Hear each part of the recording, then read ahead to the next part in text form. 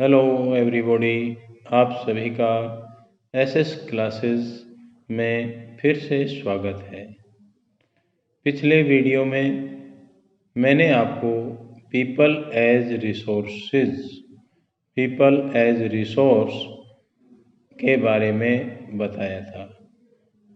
Introductory part पर हमने discussion किया था और मुख्य रूप से दो चीज़ें आपको समझाने का मैंने प्रयत्न किया था कि एसेट और लायबिलिटी।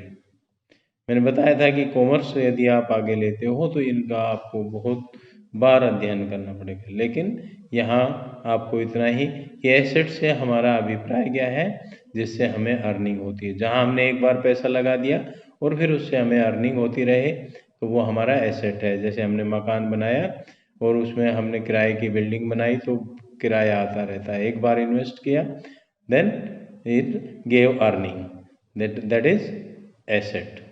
और लायबिलिटी वो है जिस पर हमें हर महीना किसी न किसी रूप में खर्च करना पड़ता है, तो वो हमारी हो गई लायबिलिटी। जैसे अभी आप अपने पेरेंट्स पर क्या हो, लायबिलिटी है।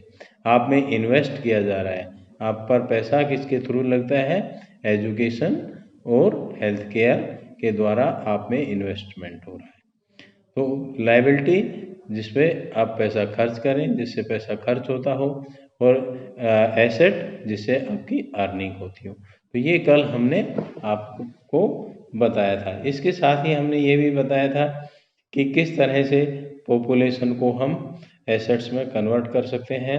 एक ज़्यादा जो जनसंख्या है, बड़ी जनसंख्या है, उसको हम कैसे कन्वर्ट कर सकते हैं, investment in health care, education और ट्रेनिंग। किसी भी देश की जनसंख्या को लायबिलिटी से एसेट में कन्वर्ट करने के लिए हमें तीन चीज़ें करनी होती हैं, तीन चीज़ों की आवश्यकता होती है, हेल्थ केयर, एजुकेशन और ट्रेनिंग। ट्रेनिंग के द्वारा व्यक्ति को सिखाया जाता है, एजुकेशन हमें शिक्षित बनाती है, ज्ञान देती है, और स्वास्थ्य हमें स्वस्थ रहने का सहायता करता है। हमारे जो शरीर होता है वो सही रहता है। ये चीज़ें हमने कल हमें पिछले अपने वीडियो में पढ़ ली थी, पर डिस्कस कर लिया था। आज हम दो कहानियाँ इसमें आगे पढ़ेंगे, शकल और विलास। शकल और विलास दो दोस्त हैं, एक गांव में रहते हैं।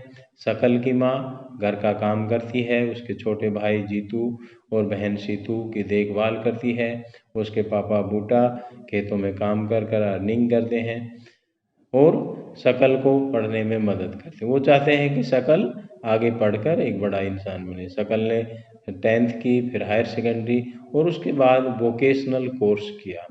फिर वो किसी एक प्राइवेट फर्म में नौकरी लग गया और उसने एक नया सॉफ्टवेयर का डिज़ाइन किया और उससे उसकी इनकम बढ़ने लगी। तो इससे शकल एक एसेट में कन्वर्ट हो गया। दूसरी ओर विलास की माँ मछली बेचने का काम करती थी। विलास के फादर नहीं है और वो उसकी देखभाल नहीं कर पाती। विलास आर्थराइटिस से पीड़ित है, उसका इलाज नहीं करा पाती।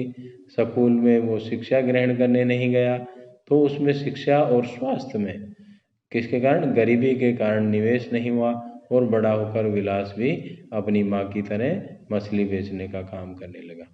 तो इन दो कहानियों के कंपैरिजन से हमें क्या पता चलता है कि यदि जनसंख्या में, यदि व्यक्ति में स्वास्थ्य और शिक्षा के द्वारा निवेश किया जाता है तो आने वाले समय में वो भी अच्छा रिटर्न दे सकता है।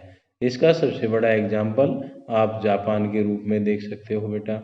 जापान में कोई भी नेचुरल रिसोर्स नहीं है, लेकिन वो एक डेवलप्ड कंट्री है। क्यों है डेवलप्ड कंट्री? क्योंकि जापान ने अपनी जनसंख्या में शिक्षा और स्वास्थ्य सेवाओं के द्वारा निवेश किया और उसकी क्वालिटी में इम्प्रूवमेंट किया, जिससे कारण क्या हुआ, उसने दूसरे देशों से जो प्राकृतिक संसाधन थे उनका आयात करके भी वो देश क्या हो गया, एक विकसित देश हो गया। तो ये आपने समझा, सुना कि किस तरह से किसी भी देश की जो बड़ी जनसंख्या है वो उसके लिए एक लायबिलिटी से एसेट में कन्वर्ट हो जाती है। नेक्स्ट टॉपिक आपकी बुक में जो दिया गया है वो है economic activities by man and women. Man और वुमेन के द्वारा कौन कौन सी आर्थिक क्रियाएं की जाती हैं? बेटा, आर्थिक क्रियाओं को मुख्य रूप से हम मुख्य रूप से 3 तरह के काम होते हैं। जैसे डायरेक्ट हम नेचर से प्राप्त करते हैं, उनका उपयोग करते हैं। फल, सब्जियां, अनाज, गेहूँ, आपका दूध, दही, ये हम सब नेचुरल प्रोडक्ट्स हैं जो हमें डायरेक्ट नेचर से प्राप्त होते हैं। तो ऐसी जो एक्टिविटी जो हमें सीधे नेचुरल वे से प्राप्त होती है, उनको हम प्राकृतिक या हम प्राइमरी क्रियाएं कहते हैं, प्राथमिक क्रियाएं कहते हैं, प्राइमरी एक्टिविटीज़ कहते हैं। दूसरा सेकेंडरी एक्टिविटीज़, जब मनुष्य प्रकृति द्वारा दिए गए संसाधनों का या दी गई वस्तुओं का हम उनमें अपना दिमाग और टेक्नोलॉजी से उनके शेप और साइज तथा नाम में परिवर्तन कर देते हैं, तो उसका हम सेकेंडरी एक्टिविटीज़ कहते हैं। विनिर्माण क्षेत्रक भी इसको कहा जाता है, क्योंकि इसमें वस्तुओं का निर्माण होता है, उत्पादन नहीं होता। जैसे लकड़ी से बेंच डेस्क बना दिया, लोहे से पंखे बन गए, बिजली की तारें बन गई। इस तरह से जो व्यक्ति ने अपने दिमाग से मैन्युफैक्चरिंग का काम किया, उसे हम द्वितीयक क्रियाओं में शामिल करते हैं। तीसरे नंबर पर ऐसी क्रियाएं आती हैं जिसमें कोई प्रोडक्शन का काम नहीं होता, बल्कि वो दोनों जो सेक्टर है, प्राइमरी सेक्टर और सेकेंडरी सेक्टर को सर्विसेज देता है। जैसे बैंक है, ऋण देता है, लोन देता है किसानों को, उद्योगपतियों को। इसी तरह नुकसान होने पर इंश्योरेंस होता है। सामान को एक स्थान से दूसरे स्थान पर ले जाने के लिए ट्रांसपोर्ट की आवश्यकता होती है। तो परिवहन, बैंकिंग, इंश्योरेंस, ये स्वास्थ्य सेवाएं, ये क्या हो गई? सेवा क्षेत्रक। इसको हम तृतीयक क्रियाओं में शामिल करते हैं। तो आर्थिक क्रियाएं मुख्य रूप से 3 भागों में बांटी जाती है: प्राथमिक क्रियाएं, द्वितीयक क्रियाएं और आपका तृतीयक क्रियाएं। अब इन आर्थिक गतिविधियों को हम 2 भागों में बांटते हैं: आर्थिक क्रियाएं और गैर आर्थिक क्रियाएं, इकोनॉमिक एक्टिविटीज और non economic activities. Economic activities कौन सी होती हैं? जिनसे हमें पैसा प्राप्त होता है, अर्निंग होती है। जैसे मैं आपको पढ़ा रहा हूँ, इससे मुझे अर्निंग हो रही है। डॉक्टर हॉस्पिटल में मरीजों को देख रहा है, उससे उसको पैसा मिलता है। ड्राइवर बस को चला रहा है, उससे उसको पैसा मिलता है। तो ये सब क्या हो गई? आर्थिक क्रियाएं हो गई। और ऐसी क्रियाएं जिनसे व्यक्ति को पैसा नहीं मिलता, बल्कि वो सोशल ऑब्लिगेशन के कारण करता है, अपने लव एंड अफेक्शन के कारण करता है, तो उनको हम गैर आर्थिक क्रियाएं कहते हैं। जैसे मैं अपने बच्चे को पढ़ाऊँ, डॉक्टर अपनी माँ का इलाज घर पे करता हो, आपकी मम्मी आपके लिए खाना बनाती है, तो ये क्या हो गई? सब गैर आर्थिक क्रियाएं। तो गैर आर्थिक क्रियाओं मैन और वुमेन के द्वारा अलग अलग की जाती है। सामाजिक जो हमारी संरचना है, उसके कारण जो क्रियाएं हैं, मनुष्य, औरत और व्यक्ति, आदमी की जो क्रियाएं हैं, मैन और वुमेन की क्रियाएं हैं, वो अलग अलग समाज में बटी हुई हैं। जैसे आपने अभी शकल के एग्जाम्पल में पढ़ा कि उसकी जो माँ है वो घर का काम करती है, बच्चों का देखभाल करती है, और उसके जो पिता हैं वो बाहर खेतों में काम करते हैं। ऐसा नहीं है कि औरतें घर से बाहर काम नहीं कर सकती, कर सकती हैं, करती भी हैं। जैसे विलास की माँ मछली बेचने का काम करती हैं। लेकिन जो घरेलू सेवाएं औरतों के द्वारा दी जाती है, उनकी आर्थिक वैल्यू नहीं लगाई जाती। इसी तरह जो आर्थिक क्षेत्र है, आर्थिक क्रियाएं हैं, उनमें औरतों की भागीदारी कम है पुरुषों की अपेक्षा, या वो उच्च वेतन वाले जो काम है उनमें काम नहीं करती। क्यों नहीं कर पाती? क्योंकि उनके पास उच्च शिक्षा नहीं होती, तकनीकी ज्ञान की कमी होती है। तो इसलिए वो मनुष्य के बराबर, व्यक्ति के बराबर काम नहीं कर पाती। लेकिन आज इसमें कुछ परिवर्तन आया है। आज एडमिनिस्ट्रेटिव वर्क्स में, प्रोफेसर, कॉलेज, यूनिवर्सिटीज़ में तथा अन्य क्षेत्रों में और मनुष्य के बराबर पढ़ी लिखी और काम कर रही हैं। ये आपका था। इस तरह आर्थिक क्रियाओं को हम अध्ययन करते हैं। इससे अगला जो पार्ट है इस लेसन का, वो है क्वालिटी ऑफ पॉपुलेशन।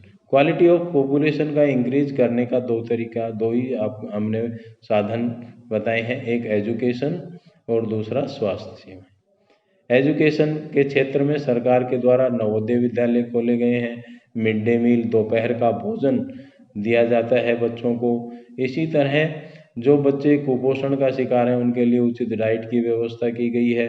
जो पेरेंट्स बच्चों को काम करवाते हैं थे और पैसा कमाने के लिए वो स्कूल में बच्चों को नहीं भेजते थे, तो अब उनको प्रति हाजिरी के हिसाब से पैसा दिया जाता है। तो सरकार समय समय पर शिक्षा के क्षेत्र में नए नए परिवर्तन कर रही है, जिससे ज़्यादा से ज़्यादा बच्चे स्कूलों में आए और ड्रॉप आउट की जो संख्या है, ड्रॉप आउट का मतलब जो बीच में शिक्षा छोड़ जाते हैं उनकी संख्या में कमी आए। इसके लिए सरकार ने जवाहर नवोदय विद्यालयों की स्थापना की है, दूरस्थ शिक्षा डिस्टेंस एजुकेशन की व्यवस्था की है और शिक्षा के क्षेत्र में बजट की बढ़ोतरी की है। लेकिन फिर भी ग्रामीण और शहरी क्षेत्रों में शिक्षा के स्तर में काफ़ी अंतर पाया जाता है। इसके साथ साथ महिलाओं में और पुरुषों में भी शिक्षा के स्तर में अंतर पाया जाता है। अभी बहुत कुछ किया जाना बाकी है। दूसरा, स्वास्थ्य, क्योंकि कोई भी व्यक्ति, कोई भी संस्था, कोई भी बड़ा ऑर्गेनाइजेशन बीमार व्यक्ति को नौकरी पर नहीं रखता, इसलिए व्यक्ति का स्वस्थ होना आवश्यक है देश के लिए, उसका एसेट बनने के लिए। तो सरकार स्वास्थ्य क्षेत्रों में प्राथमिक जो स्वास्थ्य केंद्र हैं उनकी स्थापना की है, बड़े जो सरकारी अस्पताल हैं उनमें सुविधाओं की वृद्धि की है और समय समय पर सरकार स्वास्थ्य की ओर विशेष ध्यान दे रही है। तो शिक्षा और स्वास्थ्य के द्वारा हम क्या कर सकते हैं, किसी भी देश की जनसंख्या को एसेट में कन्वर्ट कर सकते हैं। नेक्स्ट जो टॉपिक है इस लेसन का वो है अनएम्प्लॉयमेंट। अनएम्प्लॉयमेंट क्या है? इस लेसन में अभी आपने पढ़ा है, पीछे पढ़ा है कि शकल की माँ घर में काम करती है और उसका जो छोटी बहन है, उसका छोटा भाई है, ये सब काम नहीं कर रहे हैं, उसका फादर है वो काम कर रहे हैं। तो शकल की माँ काम क्यों नहीं कर? क्योंकि वो बाहर काम करना नहीं चाहती। जीतू और सीतू अभी छोटे बच्चे हैं, वो काम नहीं कर सकते, तो इनको हम अनएम्प्लॉयड नहीं कह सकते, बेरोजगार नहीं कह सकते। बेरोजगार कौन है? जो फिक्स वेजेस पर काम करने के लिए अवेलेबल हो और उसको रोजगार ना मिले, उसको हम अनएम्प्लॉयमेंट कहते हैं, उसको बेरोजगारी कहते हैं। बेरोजगारी के मुख्य रूप से दो प्रकार पाए जाते हैं, एक डिस्गाइज अनएम्प्लॉयमेंट, दूसरा सीजनल अनएम्प्लॉयमेंट। सीजनल अनएम्प्लॉयमेंट का मतलब है जब साल के कुछ वर्षों में व्यक्ति को काम ना मिले, जैसे कि एग्रीकल्चर सेक्टर में जो फसल बोने का और काटने का सीजन, सोइंग और हार्वेस्टिंग सीजन में व्यक्ति को काम मिल जाता है, कृषि लेबर को काम मिलता है, लेकिन बीच के जो समय होता है उसमें उसको रोजगार नहीं मिलता, उसको हम क्या कहते हैं? उस समय को सीजनल बेरोजगार या सीजनल अनएम्प्लॉयमेंट। इसी तरह डिस्गाइज्ड, जब किसी कार्य में आवश्यकता से अधिक लेबर लगी हो, जैसे एक खेत में 5 आदमी काम करते हैं और उसमें 5 बोरी गेहूँ उत्पन्न होता है, लेकिन जब यदि हम उसमें से 2 को निकाल देते हैं और उसको कहीं कंपनी में काम दे देते हैं और वो 3 आदमी खेत में काम करते हैं तो भी उत्पादन 5 बोरी रहता है। तो इसका मतलब क्या है कि 2 जो थे वो छुपे हुए बेरोजगार थे, डिस्गाइज्ड अनएम्प्लॉयड थे। तो हमारे देश में सीजनल और डिस्गाइज्ड दोनों तरह का अनएम्प्लॉयमेंट पाया जाता है, जिसके कारण हमारी जो पॉपुलेशन है वो एक लाइबिलिटी में कन्वर्ट हो जाती है। पढ़े लिखी बेरोजगारी की समस्या हमारे देश में है। बेरोजगारी के कारण व्यक्ति अपना विकास नहीं कर पाता, जिससे वो अपने बच्चों को उच्च शिक्षा नहीं दिला पाता, उसका लिविंग जो स्तर है, स्टैंडर्ड है, वो गिर जाता है और फ्रस्ट्रेटेड होता है। देश के जो प्रोडक्शन है, जीडीपी है, उसमें उसका कंट्रीब्यूशन नहीं होता। इसलिए किसी पॉपुलेशन को यदि हमने एसेट में कन्वर्ट करना है तो अनएम्प्लॉयमेंट की समस्या को दूर करना पड़ेगा, जिससे देश आत्मनिर्भर बन सके और आगे बढ़ सके। बच्चों, इस लेसन में हमने मुख्य बातों का अब अध्ययन कर लिया है। अब आप इस लेसन को एक बार अच्छी तरह पढ़ेंगे, रिवाइज करेंगे और यदि आपको इससे रिलेटेड कोई प्रॉब्लम है तो मुझे कमेंट सेक्शन में लिख कर भेजेंगे। धन्यवाद।